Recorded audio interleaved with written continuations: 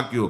विरक्त साधक को कभी एकांत में माताओं बहनों से संभाषण नहीं करना चाहिए, बीच में किसी को डाल और दूसरा साधक को खड़ा हो जाए, नहीं बाहर निकलो, बाहर अगर बात ही करनी तो मैदान में करो खड़े होकर के। और क्या बात करनी है? हम भगवत प्राप्ति के मार्ग में चले, हमें क्या बात करनी है? बहुत सावधान रहना चाहिए। गृहस्थ धर्म के उपासक को यदि ब्याह हो गया है तो अपनी पत्नी से वो भी धर्मानुकूल, पशुवत व्यवहार नहीं, और पर स्त्री की तरफ तो दृष्टि ही ना करे भोग वृत्ति की। अगर की तो सारे सुकृत नष्ट हो जाएंगे, चाहे वो स्त्री शरीर चाहे वो पुरुष शरीर हो। इसलिए पर नारी पर पुरुष त्याग कर। पर ये सत्संग जिनके कानों में नहीं पहुंचता है, शास्त्र स्वाध्याय नहीं करते हैं, वो इसे मनोरंजन समझने लगे, इसे धर्म नहीं समझते, वो इसे मनोरंजन समझ। क्या इसमें बिगड़ जाता है? जो शास्त्र हैं उनका स्वाध्याय कभी करते नहीं। अब उनको जो समय मिलता है तो नौटंकी नाटक सिनेमा देखते हैं जिनमें यही सब की पुष्टता होती है, इसी की बाहुल्यता होती है, वही दृश्य देखते हैं। ना तो कभी भगवत प्रेमी महात्माओं की चरण रज में बैठ करके सत्संग सुना, ना शास्त्र स्वाध्याय किया, तो मनमानी आचरण बढ़ते रहते। कैसे भगवत प्राप्ति की बात आएगी कि जरा मरण मोक्षाय? अगर गृहस्थ धर्म में है तो शुद्ध कर्म करे, जो उसके शास्त्र अनुकूल वर्णन किए गए, वो भी सत्संग से ही पता चलेगा शुद्ध कर्म क्या है, अशुद्ध कर्म क्या है। जो दूसरे के धर्म का नाश करता है, कुकर्म करता है, वो कभी साधन मार्ग पर कैसे चलने की सोच सकता है? अगर कहीं उनके अंदर थोड़ी श्रद्धा भी बनती है तो भूत प्रेत की पूजा करता करता जो तामस व्यवहार, अंडे मांस शराब उड़ाता, चोरी का करता व्यापार, रखता मन में वैर द्वेष मद, करता जो हिंसा व्यभिचार, होता घोर प्रेत वो, पाता असहनीय यातना अपार। जरा मरण मोक्षाय नहीं, वो प्रेत बनेगा। प्रेत योनि किसको प्राप्त होती है? तो बोले जो भूत प्रेतों की पूजा करते हैं, जो अंडा मांस शराब ये सब खाते पीते हैं, दूसरे के धन को जो चोरी करते हैं, मन में वैर द्वेष अहंकार रख करके जो हिंसा करते हैं, और पर स्त्री से जो व्यभिचार करते हैं, वो घोर प्रेत योनि को प्राप्त होता है। इसका प्रमाण धुंधकारी है, पढ़ के भागवत में देख लेना। प्रेत योनि को प्राप्त होता है। ऐसे प्रेत स्वभाव वाले कैसे जरा मरण मोक्षाय के मार्ग का अवलंबन लेंगे? इसलिए तामस वस्तु नशीली, जूठन से रखो परहेज विराग, माता पिता देवता गुरु का, गुरुजन का न करो अपमान, सुख पहुंचाओ सबको संतत, मन में रख श्रद्धा सम्मान। कोई भी नशा भगवत प्राप्ति के मार्ग में चलने वाले उपासक को नहीं करना चाहिए। बैठा लो।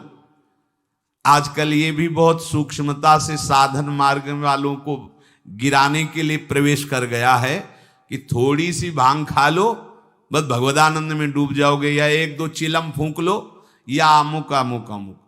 हम प्रणाम करते हैं, जो ऐसा करते हैं सिद्ध महापुरुष होंगे, उनको हम प्रणाम करते हैं, पर अपने कच्चे साधकों के लिए या भगवत प्राप्ति के लक्ष्य वालों के लिए हमें कहीं शास्त्र में आज तक नहीं लिखा, कहीं ऐसा नहीं मिला।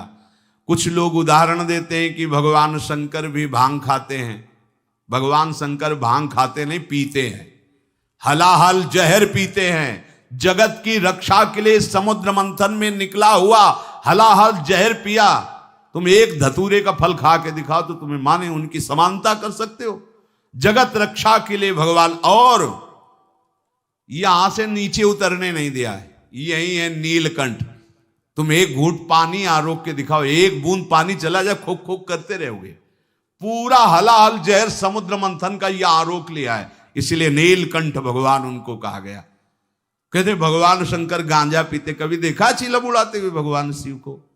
अरे भाई समझो, उस भगवान हैं, वो जगत मंगल के लिए सब किए हैं। वो कोई ऐसा नहीं कि थोड़ा भांग खा के कैलाश, भांग का नशा कितनी मिनट रहता है? बहुत 24 घंटे,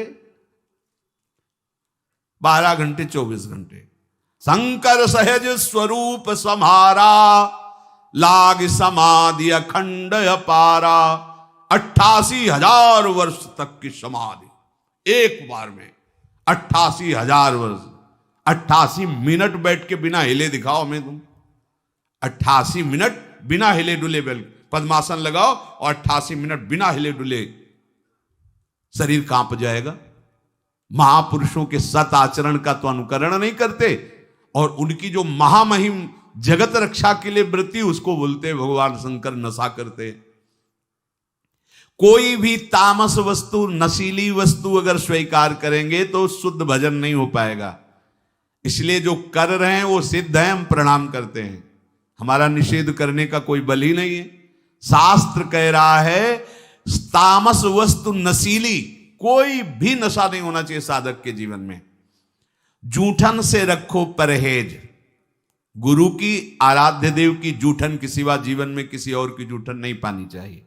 सब सवै संत गुरुदेव हैं, व्यास या प्रतीत भगवत प्रेमी महात्माओं की जूठन के लिए तो आदेश दिया है, जूठन ले पावे सदा। जो गृहस्थ में हैं, माता पिता वयो वृद्धों को भगवान का स्वरूप मानकर उनका आदर करे। बड़ा क्रूर स्वभाव होता जा रहा है। नवयुवक जन है, अपने वृद्ध माता पिता को कटु वचन बोलते हैं, यहां तक कि उनके ऊपर हाथ भी छोड़ देते हैं, मारने पीटने तक पर। सोचो तुम्हारी गति क्या होगी। जो भगवत स्वरूप माता पिता, जिनकी चरण आराधना करने पर भगवान की प्राप्ति हो जाती। पुंडरीक जी ने अपने माता पिता की आराधना की तो भगवान विट्ठल उनको दर्शन देने बिना चाहे आ गए। ऐसे पूज्यवर जो हमारे गुरुजन हैं, माता पिता, यदि हम उनका अपमान करेंगे, उनको गाली देंगे, तो हम जरा मरण मोक्षाय मार्ग पर चल पाएंगे? कदापि नहीं। और सदगुरुदेव की अवहेलना, फिर तुम्हें परमार्थ की पगडंडी मिल जाएगी? कदापि नहीं। सुख पहुंचाओ सबको संतत, मन में रख श्रद्धा सम्मान। सब में भगवत भाव कर कर सुख देने की भावना। बुरे संग का, बुरे व्यसन का, कभी न रखो मन में मोह। काम लोभ को छोड़ करो, सब जीवों पर स्वाभाविक छो। जैसे कर्म किए जीवन भर, जैसे मन में रखे विचार। अंतकाल भाव मनुज का होगा उसके ही अनुसार। बहुत सुंदर बात कह रहे हैं पूज्य भाई जी महाराज। यदि तुम बुरा संग करोगे, बुरा नशा करोगे, बुरे भाव रखोगे, काम लोभ आदि में आसक्त होकर चेष्टा करोगे, भोग वासना करोगे, तो क्या होगा? बोले जैसा जीवन तुम व्यतीत करोगे, फाइनल में तुम्हारे पास वैसा ही निर्णय आएगा। क्या? अंतिम समय वही कर्म छा जाएंगे। जो बुरे कर्म किए हैं वही छा जाएंगे। अगला, जैसे जरा सी वृत्ति मृग में लगी तो मृगाकार वृत्ति होने के कारण अगला जन्म मृग का हो गया। आपने तो कितनी जगह ममता की हुई है, कितनी जगह। क्या होगा अंत समय में? जरा मरण मोक्षाय के मार्ग में चलने वाले उपासक को बहुत सावधान रहना चाहिए।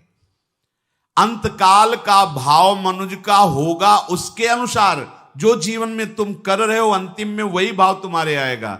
यदि भजन कर रहे हो तो सदगति, और अगर बुरे आचरण संसार में फंसे हो तो दुर्गति। तदानुसार ही सदगति दुर्गति होगी उसे प्राप्त अनिवार्य। अतः रखो प्रतिपल ही मधुमय, भगवद स्मृति में हृदय उदार।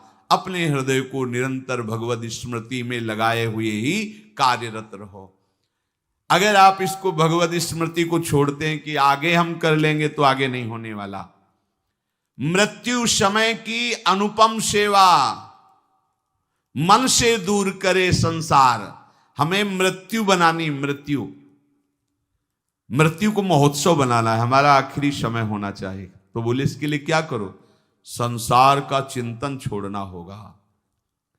संसार का चिंतन छोड़ोगे तो तुम्हारी मृत्यु महोत्सव हो जाएगी। और इस पर कोई सोच नहीं रहा। सारी सोच आज की है, आज की, वर्तमान को भोगों में कैसे हम डुबोएं। आज हमें अच्छा खाने को मिले, खूब हंसी मजाक करने को मिले, मन के अनुसार भोग भोगने को मिले तो आज का दिन बढ़िया मंगल, कल क्या होगा देखा जाएगा। यह है मूढ़ता। उपासक क्या सोचता है? मेरा अंतिम समय बढ़िया जाए। क्या?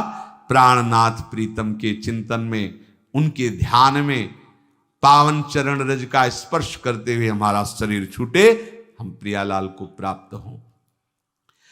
भगवान कह रहे हैं जैसे भूत प्रकृति मोक्षम, संपूर्ण पंचभूत और प्रकृति इसके कार्य, अगर इनसे आप अपने को बचा लें तो जरा मरण मोक्षाय की पदवी पर आ जाएंगे। जरा और मृत्यु इन्हीं से होती है। किलसे? पंचभूत रचित शरीर और इनकी प्रकृति, इनकी क्रियाएं। बड़ा सूक्ष्म विषय है। जरा मरण से अभी तुम्हें मुक्ति मिल जाएगी यदि शरीर और शरीर की क्रियाओं से अपनापन हटा दो। बड़ा कठिन है। क्या करें? बहुत सरल है। ऐसे हो जाओ, आत्मसमर्पण कर दो आराध्य देव को। हम शरीर से दाग नहीं हटा पा रहे, इतना विवेक प्रबल नहीं हो रहा, क्रियाएं हम भगवतिक नहीं कर पा रहे, इतनी पवित्रता हृदय में नहीं। तो एक सिद्धांत देखो, शास्त्रों में बहुत कृपा करके वर्णन किया गया है। अनेक